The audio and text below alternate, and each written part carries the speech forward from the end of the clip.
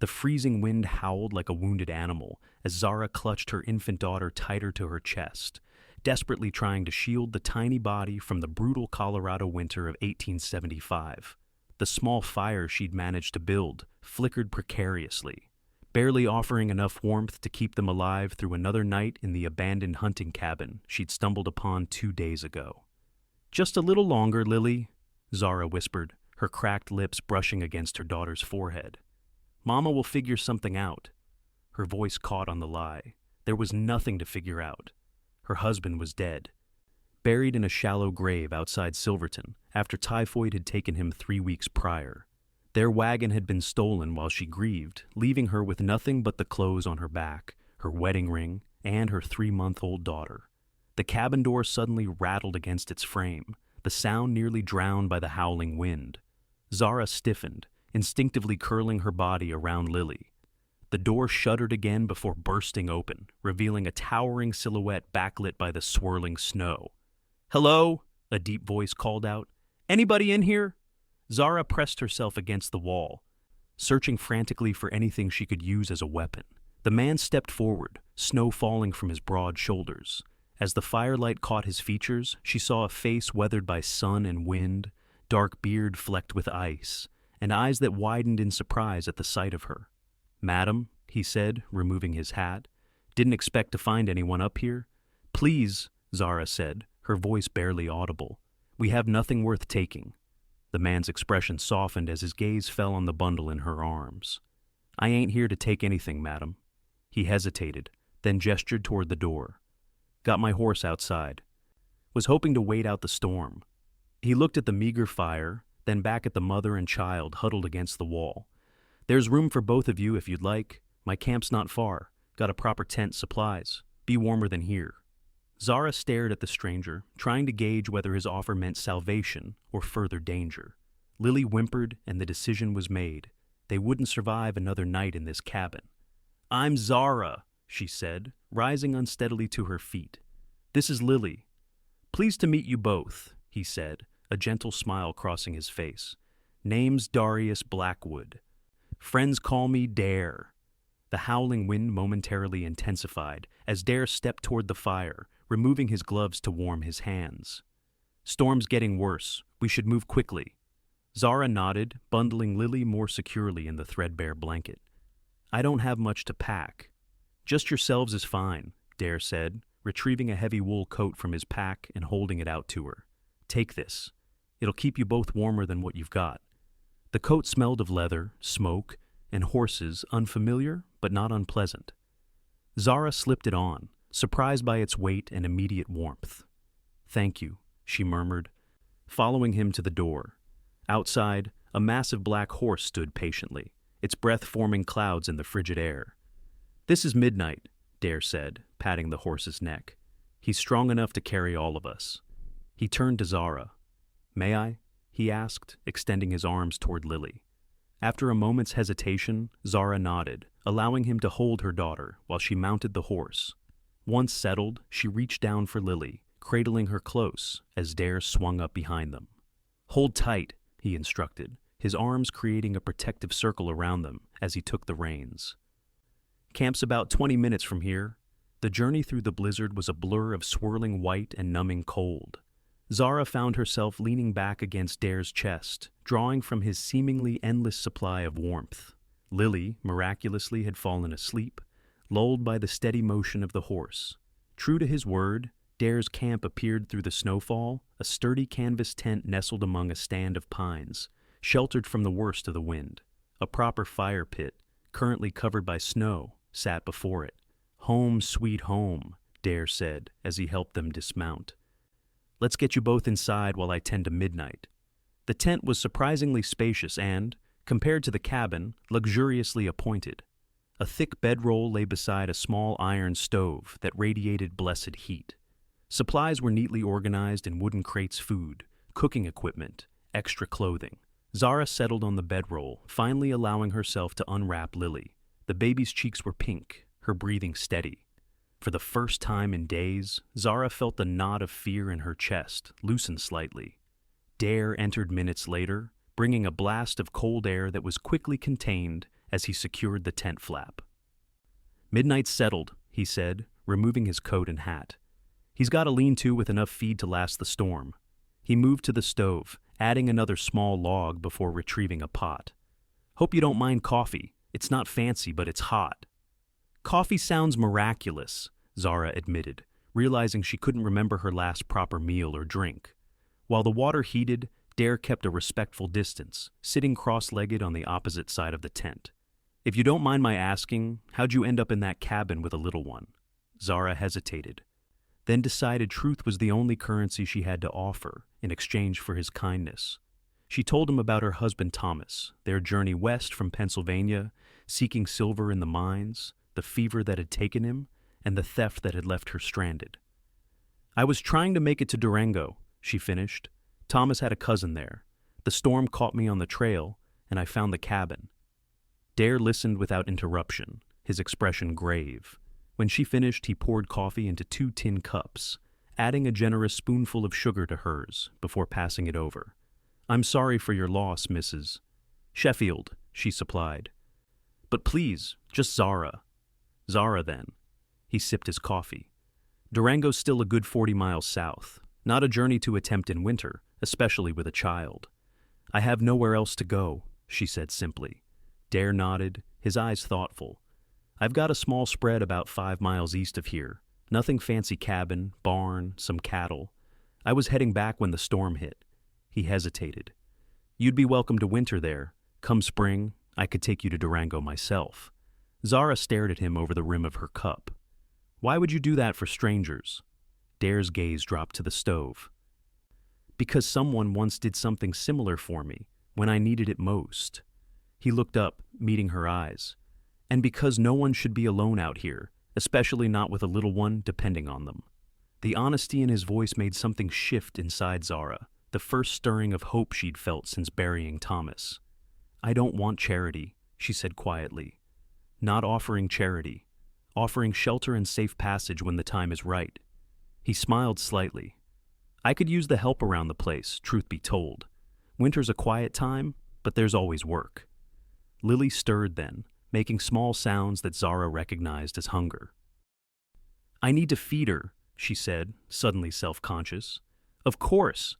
Dare immediately stood, moving toward the tent entrance. "I'll check on Midnight again, maybe clear some snow. Take your time." As he slipped out into the storm, Zara adjusted her clothing to nurse Lily, marveling at this unexpected turn of events. She'd been certain this morning that she and Lily wouldn't survive another day. Now, she was sitting in a warm tent with a full belly, being offered sanctuary by a stranger whose eyes held no trace of deception. "What do you think, little one?" she whispered to her nursing daughter. "Should we trust this cowboy of ours?" Lily's only response was to continue eating contentedly, tiny fingers flexing against Zara's skin. Outside, the wind began to subside, as if the storm itself was offering an answer.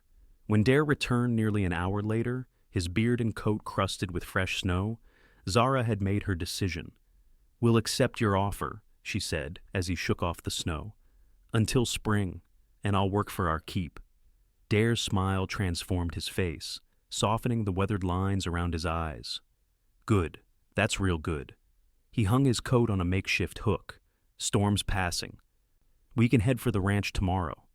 That night, Zara slept better than she had in weeks, with Lily nestled beside her and Dare maintaining a respectful distance on his own bedroll near the stove.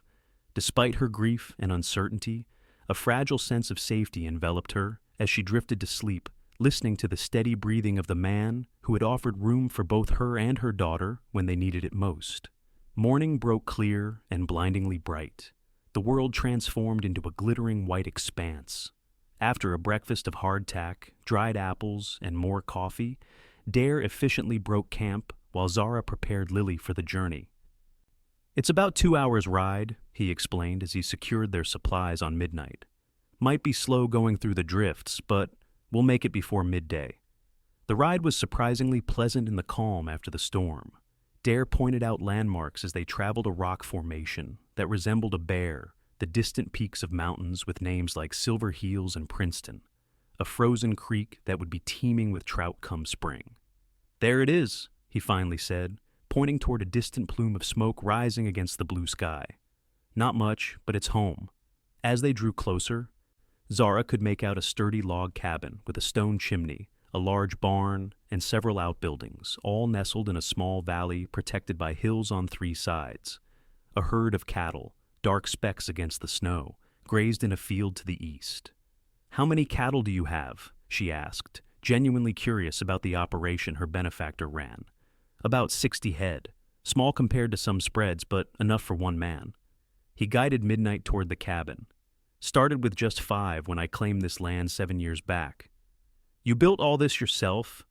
Zara couldn't keep the admiration from her voice. "Had help with the barn raising?"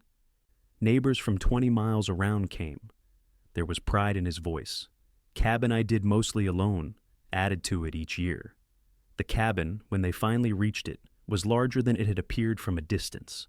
Made of solid pine logs chinked with clay, it boasted a covered porch across the front, and 2 proper glass windows, luxuries in this part of the territory.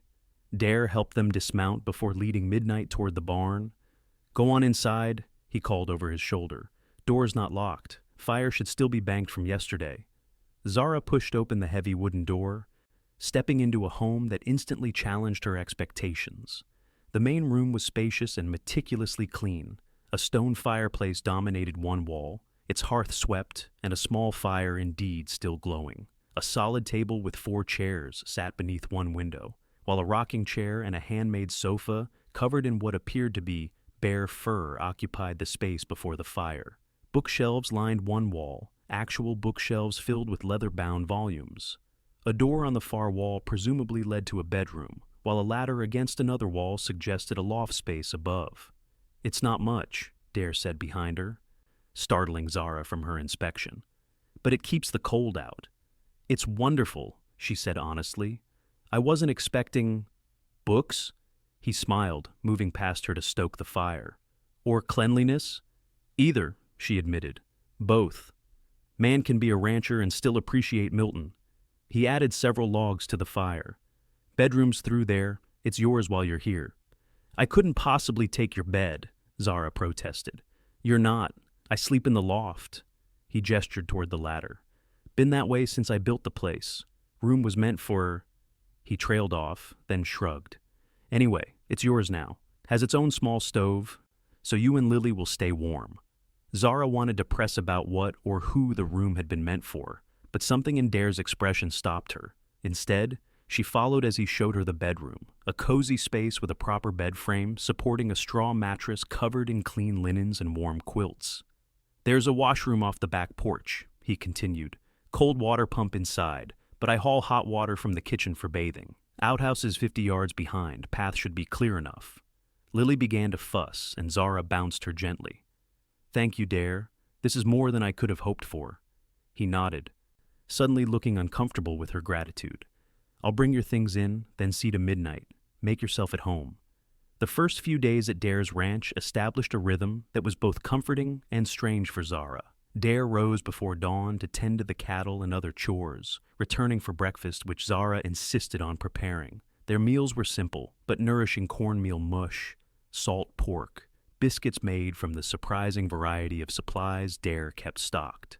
During the days, Zara found herself settling into domestic tasks that had been impossible during her weeks of desperate travel. She laundered their few clothes, swept and dusted, even discovered a forgotten basket of mending that she tackled with the baby sleeping nearby.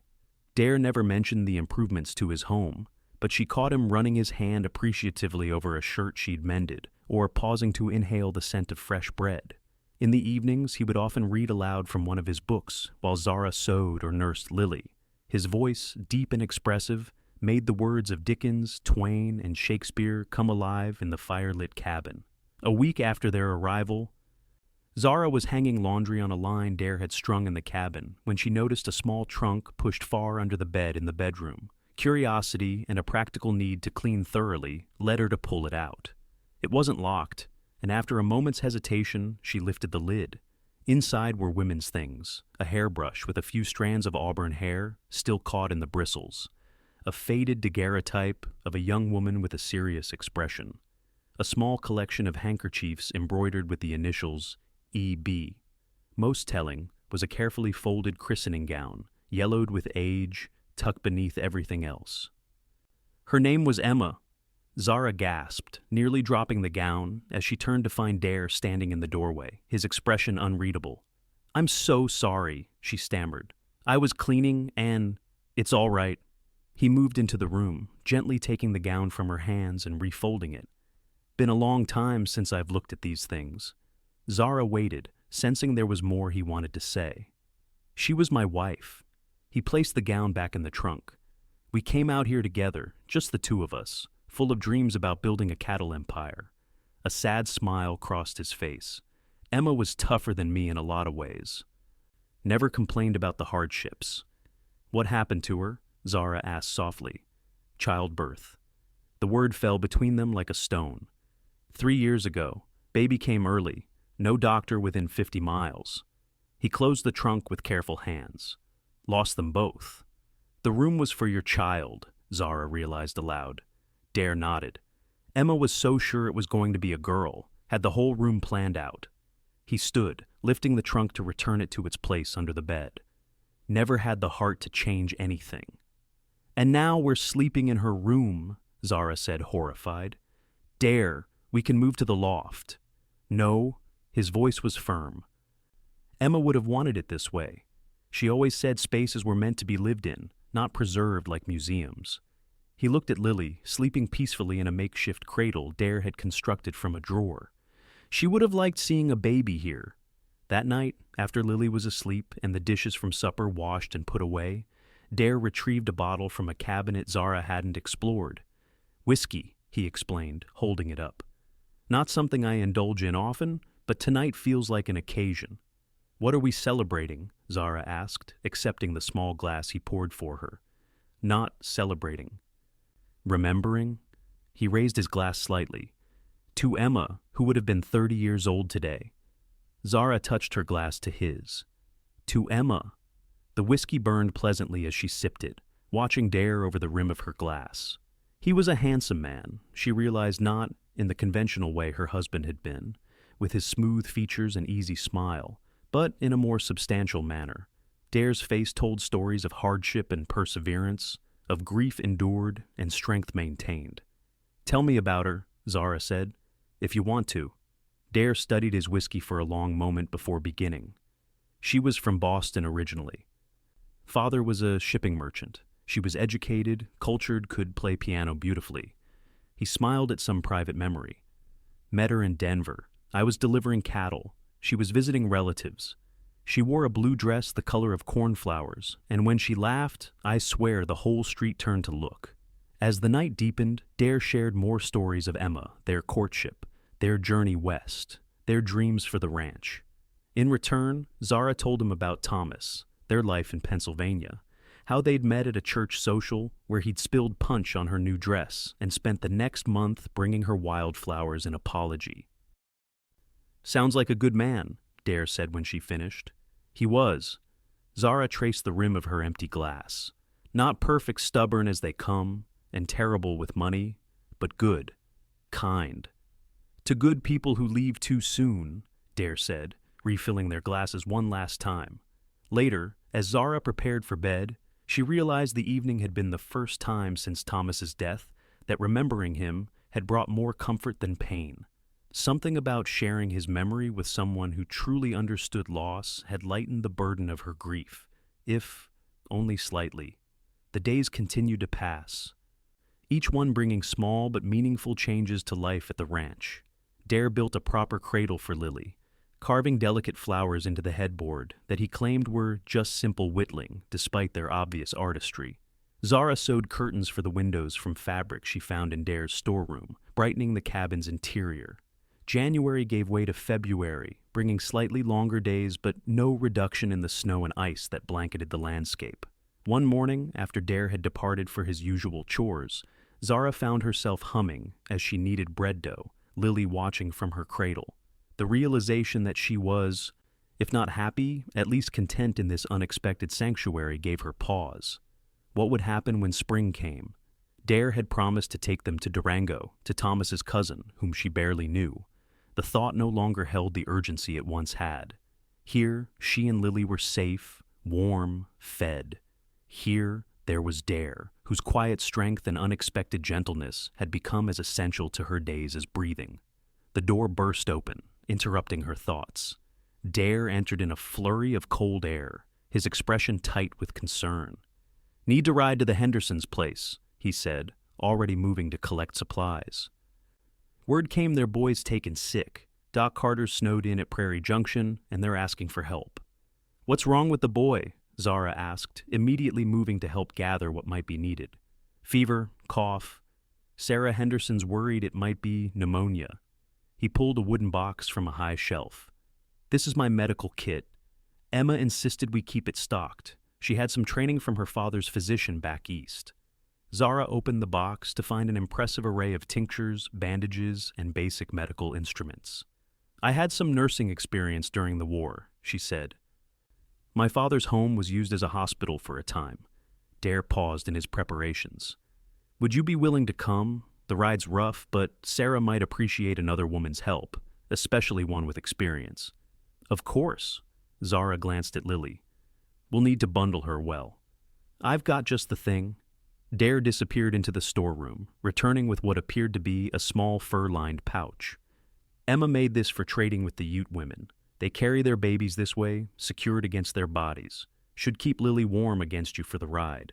Within 30 minutes, they were on their way. Lily secured snugly against Zara's chest beneath her coat, Dare leading Midnight through snowdrifts that sometimes reached the horse's chest. The Henderson Ranch lay 8 miles north, a journey that took nearly 3 hours in the difficult conditions. The Henderson homestead was smaller than Dare's, a single-room cabin with a lean-to addition. Smoke poured from the chimney as they approached, and a woman appeared in the doorway before they'd even dismounted. "Bless you for coming," she called, hurrying toward them through the snow. "He's getting worse, I think."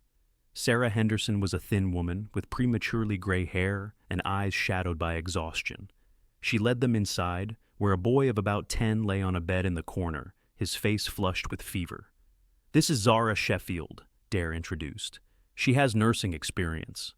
Relief washed over Sarah's face. "Thank God.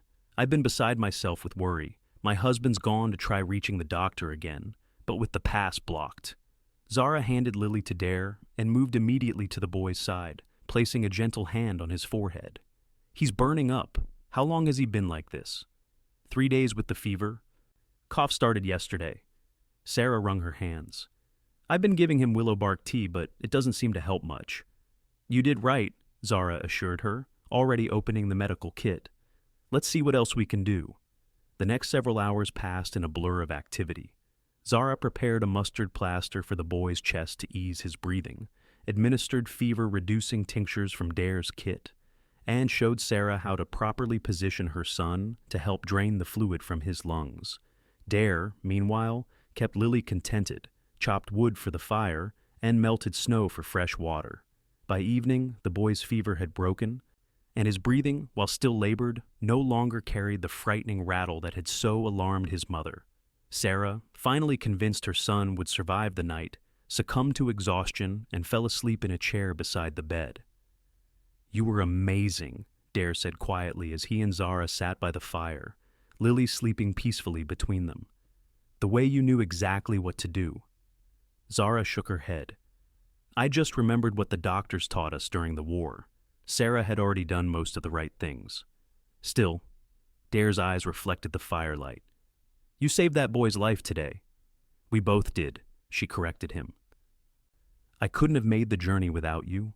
Something shifted in Dare's expression, a softening, a vulnerability she hadn't seen before. For a moment, she thought he might reach for her hand, but instead, he turned back to the fire. "We should try to get some rest," he said. "It'll be a long ride back tomorrow." They made makeshift beds on the floor near the fire, maintaining a proper distance between them, despite the confined space. Zara lay awake long after Dare's breathing had deepened into sleep, watching the play of firelight across his features and wondering at the strange twist of fate that had brought them together. The journey back to Dare's ranch the next day was slower, the temperature having dropped overnight and frozen the snow into treacherous ice in many places. They didn't speak much, both lost in their own thoughts, but the silence between them had changed, charged with something unspoken but increasingly difficult to ignore. February gave way to March, bringing the first tentative signs of spring to the high country. The snow began to recede from the south-facing slopes, and the creek behind Dare's cabin broke free of its icy prison, burbling with meltwater. Dare spent more time with the cattle now, preparing for the spring calving season, but always made it home for supper, often bringing early wildflowers or tender green shoots that he claimed were just things I noticed on the ride back, but that Zara knew were carefully selected for her. Lily, now nearly 6 months old, was sitting up on her own and babbling constantly. Her first proper laugh came one evening when Dare pretended to be a charging bull, dropping to all fours and snorting dramatically. The sound of her daughter's laughter made Zara's heart swell with a joy she hadn't thought possible after Thomas's death. "She's got her mother's laugh," Dare observed, sitting back on his heels with a pleased expression. Like sunshine breaking through clouds, the comment caught Zara off guard. "You've never heard me laugh," she realized aloud. Dare's gaze met hers. "I've heard it, not often, but enough to know where she gets it from." He stood, suddenly self-conscious. "I should check on the new calf before dark." As he left, Zara touched her fingers to her lips, trying to remember the last time she had truly laughed. Had it been here, in this cabin, with this man who noticed things like the sound of her laughter, even when she herself had forgotten it? That night, a spring storm rolled through the valley, bringing not snow, but rain that drummed steadily on the cabin's roof. Zara sat in the rocking chair, working on a shirt she was making for Dare from fabric found in his storeroom, while he read aloud from Treasure Island, doing different voices for each character that made Lily coo with delight from her cradle. "You're good with her," Zara said during a pause in the reading. "Natural," Dare marked his place in the book. "Never thought I'd have the chance to be around a baby after." He shrugged. "It's nice. She makes it easy, being such a good-natured little thing." "She likes you." Zara set aside her sewing. "Sometimes I think she's looking for you when she wakes up." Something like longing crossed Dare's face. "Zara," he began, then hesitated. "Spring's coming fast. Another month, the trails to Durango will be clear." The reminder of their arrangement fell between them, like a physical barrier. "Yes," she said. "I suppose they will." "Is that still what you want?" he asked, his voice carefully neutral. "To go to Thomas's cousin?" Zara looked around the cabin that had become home over the past months, at the man who had carved a place for himself in her life with quiet kindness and unfailing respect. "I don't know," she admitted. "When we met, I was desperate, with no options. Now you have options," he finished for her. "Do I?" She met his gaze directly. "What are they, Dare?" He set the book aside, leaning forward with his elbows on his knees. "You could stay," he said simply. "Both of you, not as guests, as—" He gestured vaguely. "As family." "Family," Zara repeated, the word both warming and concerning her. "What exactly are you proposing?" "Not marriage," he said quickly. "Not yet. That wouldn't be proper, with you still grieving Thomas." He ran a hand through his hair. "But maybe a partnership? You already make this place more of a home than it's been in years. Lily brings life to rooms that have been too quiet for too long." "And us?" Zara asked softly. "What would we be to each other?" Dare's expression was painfully honest. "Whatever you want us to be, in whatever time you need. Friends, partners, maybe someday more, if that's something you could want." The rain intensified, filling the silence that followed his words. Zara looked at her daughter, peaceful in her sleep, then back at Dare. "I need time," she said finally. "To be sure. Time is something I have plenty of," he replied with a gentle smile. "No rush, Zara. The offer stands whenever you're ready to decide." The conversation marked a subtle shift in their relationship. Nothing obvious changed in their daily routines, but there was a new awareness between them, a careful consideration in their interactions that hadn't been there before. Dare was scrupulously respectful of the boundaries Zara maintained, never pressuring her for an answer about the future. As March progressed, the valley transformed. Green replaced white across the landscape, and the cattle grew restless for fresh pasture, Cabs began to arrive, keeping Dare busy at all hours.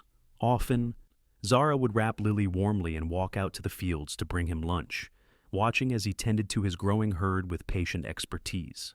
One particularly fine afternoon, they decided to picnic by the creek, spreading a blanket on a sunny bank where early wildflowers were beginning to bloom. Lily, fascinated by the moving water, squealed with delight when Dare dipped her toes in the cold stream.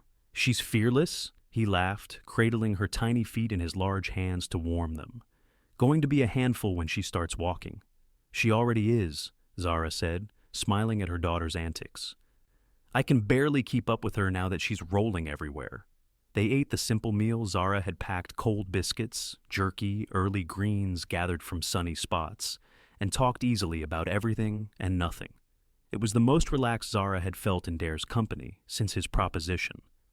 "I've been thinking," she said as they packed up the remains of their meal, "about your offer."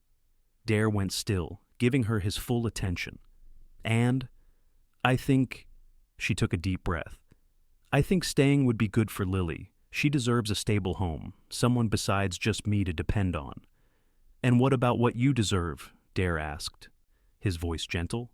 Zara looked at him, really looked, taking in the strength of his features, the kindness in his eyes, the way his hands were never idle, but always creating, building, caring. "I deserve someone who sees me," she said slowly. "Not just as Lily's mother or Thomas's widow, but as myself.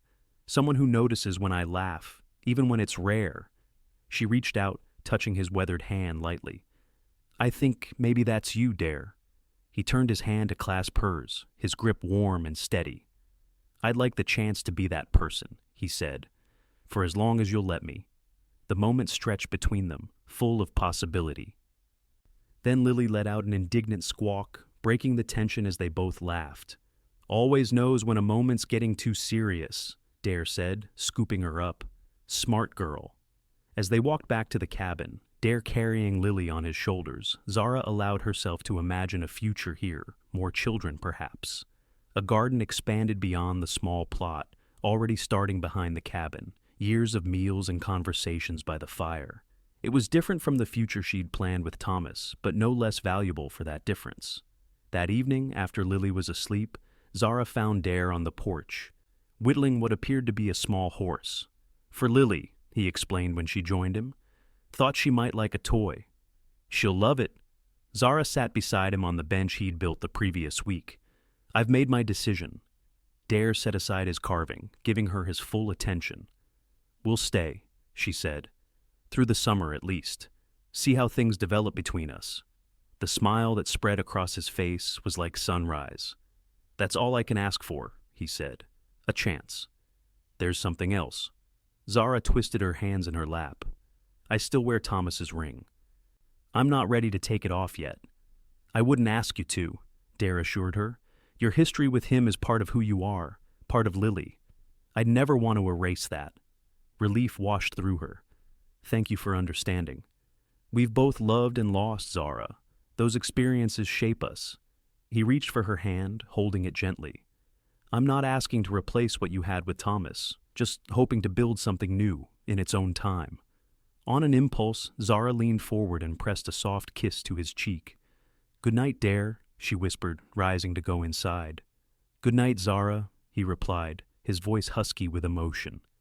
Spring blossomed fully across the valley, bringing new life and new rhythms to the ranch. Dare expanded the cattle herd, trading for several prime breeding cows from a neighboring rancher. Zara planted a vegetable garden that promised to yield enough to preserve for the coming winter.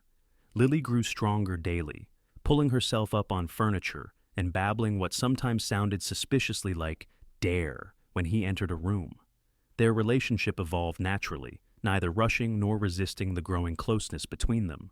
Dare began teaching Zara to ride, using a gentle mare he acquired specifically for her. She taught him recipes from her Pennsylvania childhood, filling the cabin with the scents of apple butter and choufle pie. In the evenings, they still read together, but now often sat side by side on the bearskin sofa, their shoulders touching. The first time Dare kissed her was on a warm May evening. They had walked to a hilltop to watch the sunset, Lily sleeping in the carrier on Zara's chest.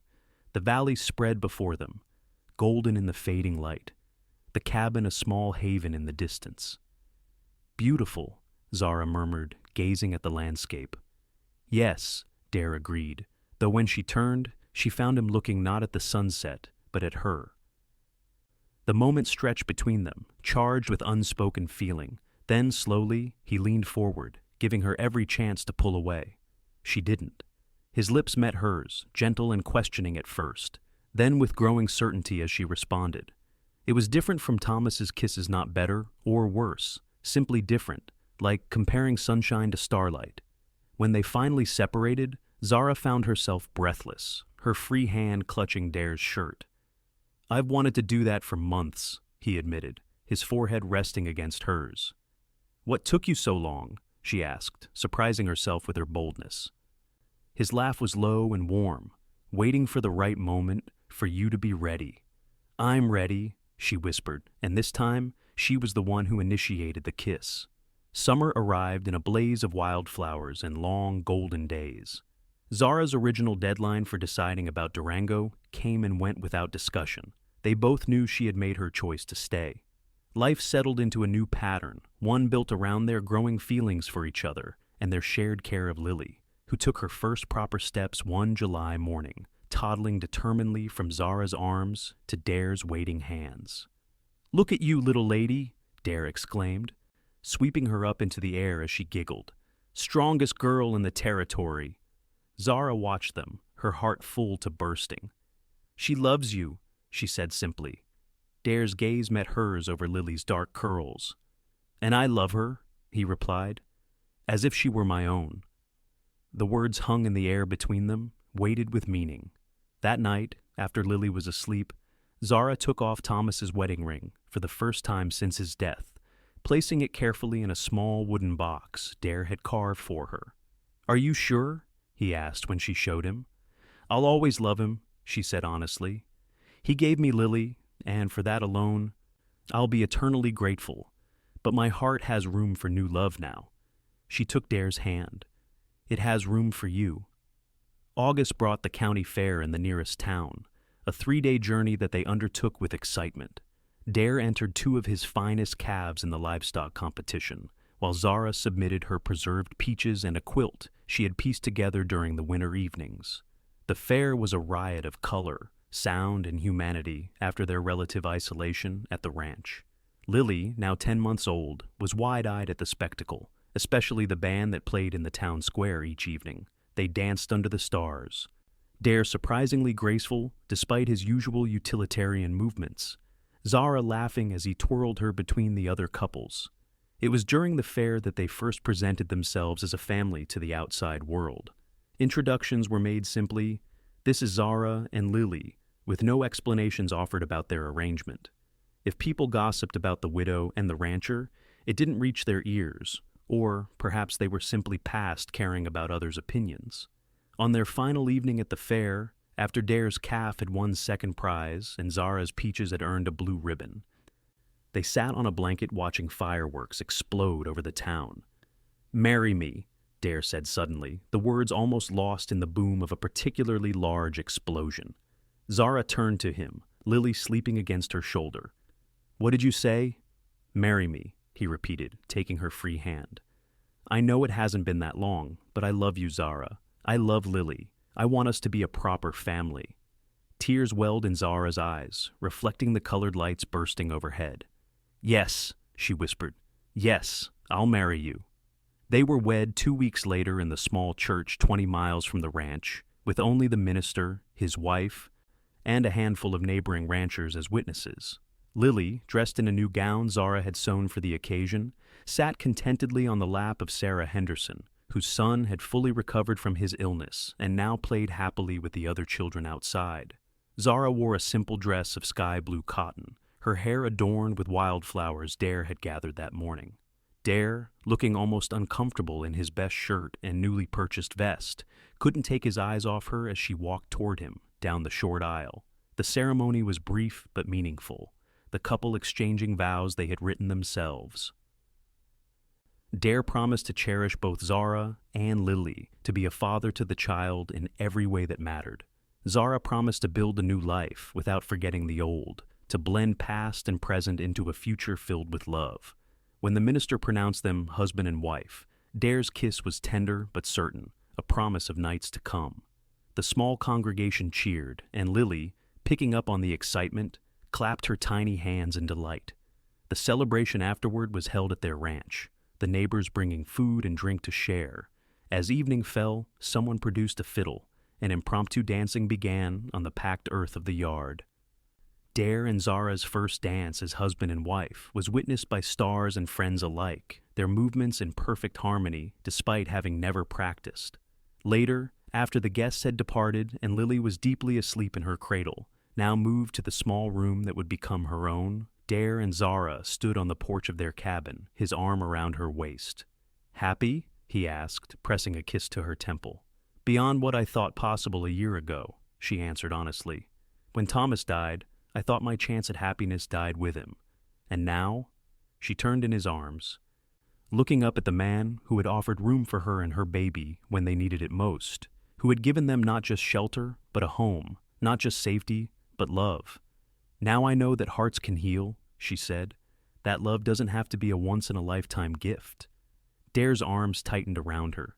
"When I found you in that cabin, holding Lily by that pitiful fire, something told me my life was about to change. I just didn't realize how completely."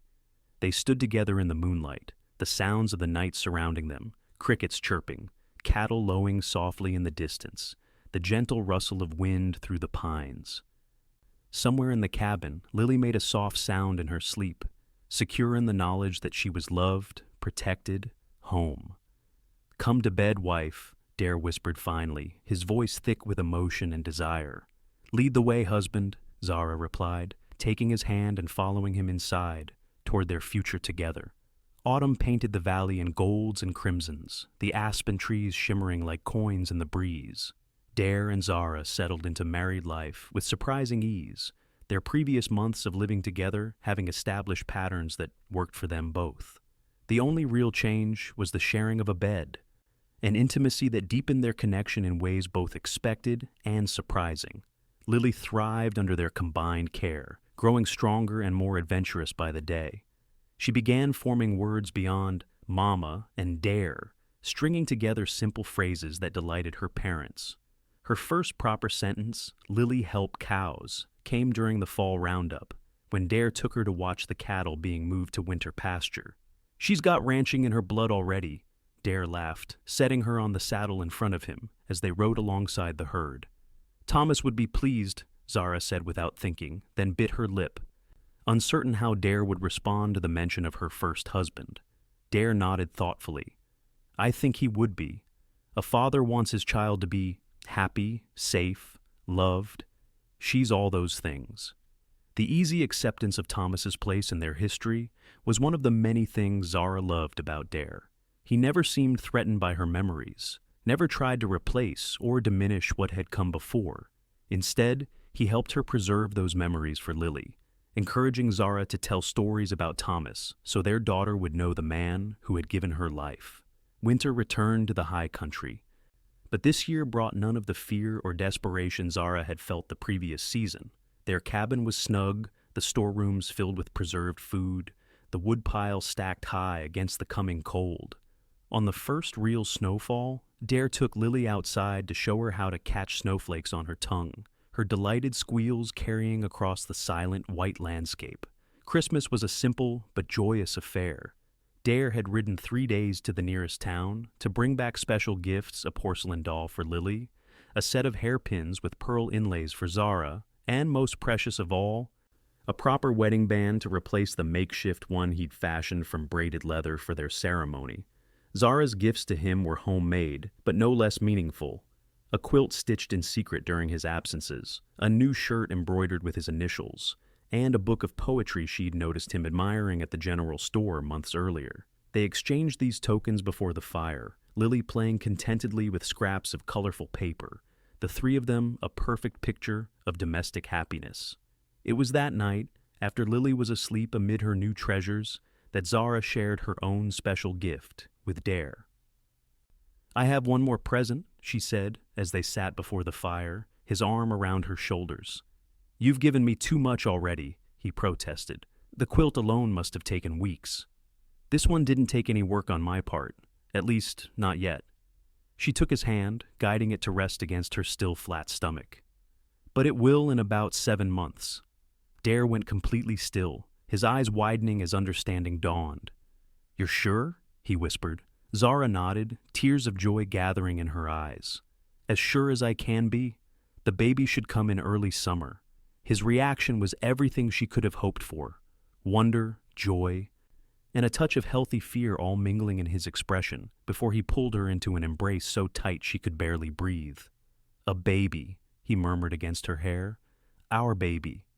"Are you happy?" she asked, though his reaction had already answered the question. Happy doesn't begin to cover it.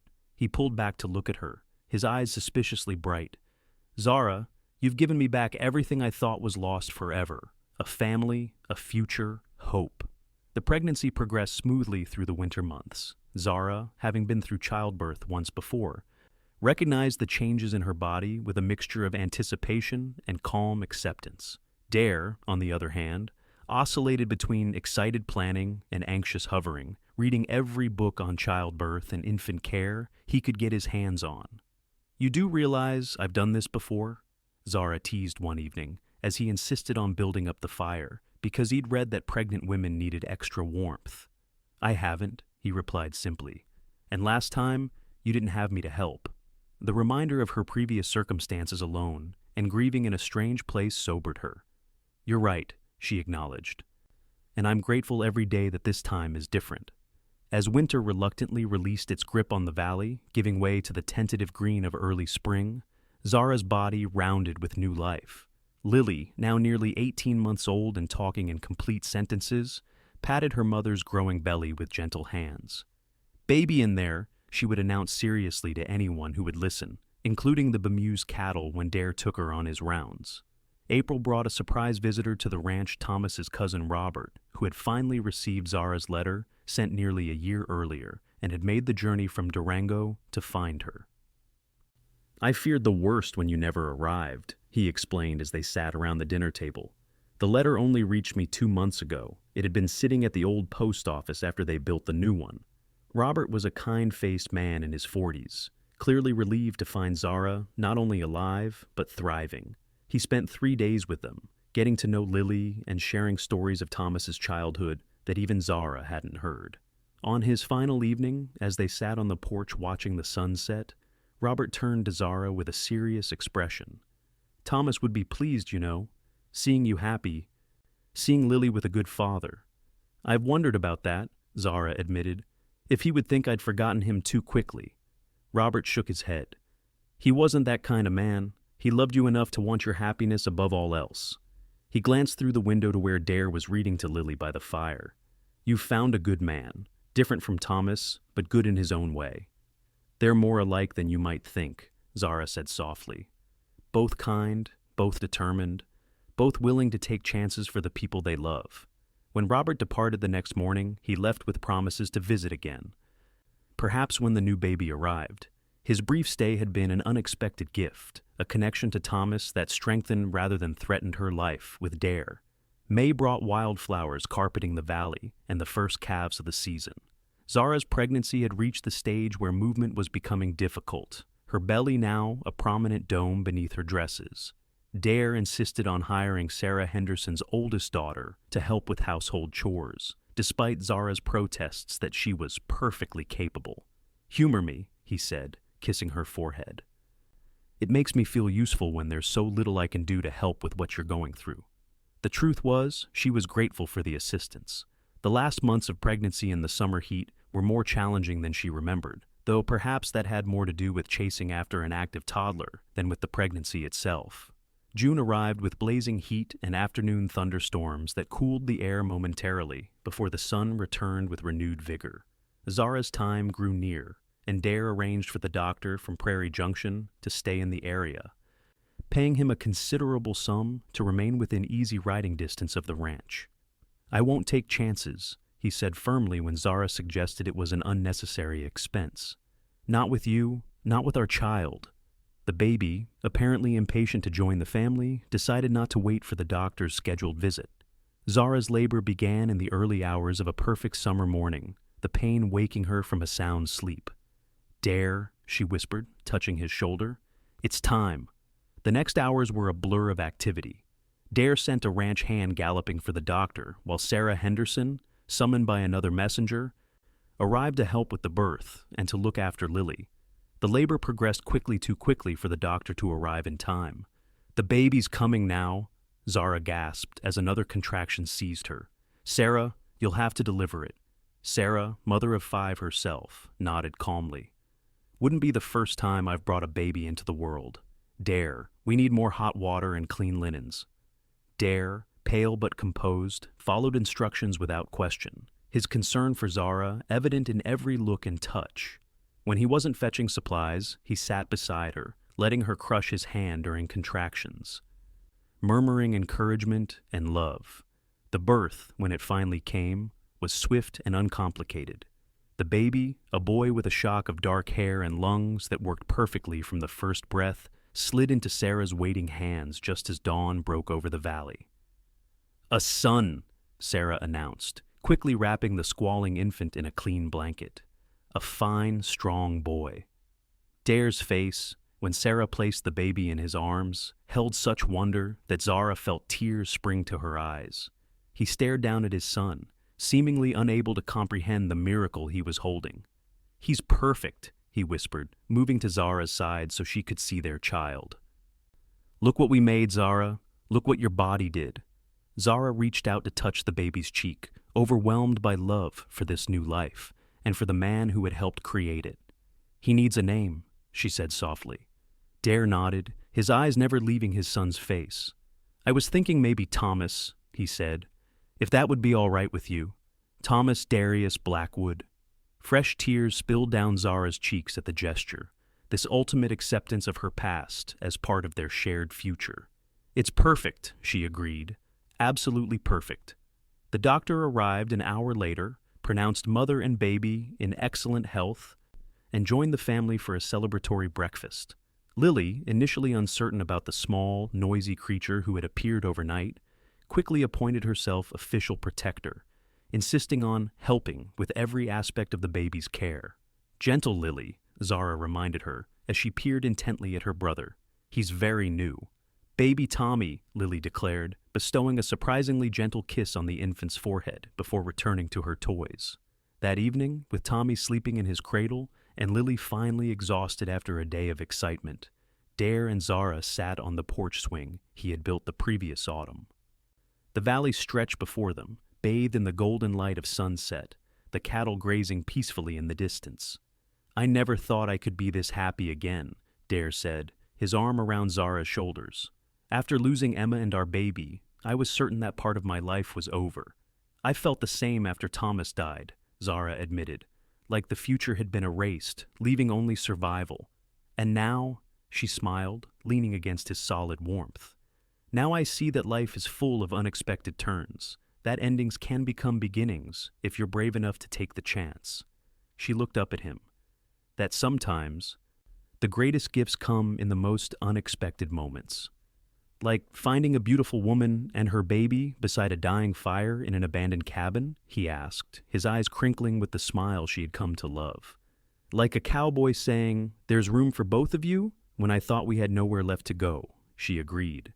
As night fell over their home, stars appearing one by one in the darkening sky, Zara Blackwood sat contentedly in the circle of her husband's arms, listening to the soft sounds of their children sleeping inside the cabin. The journey from desperate widow to beloved wife and mother of 2 had been unexpected, filled with challenges and joys she could never have predicted.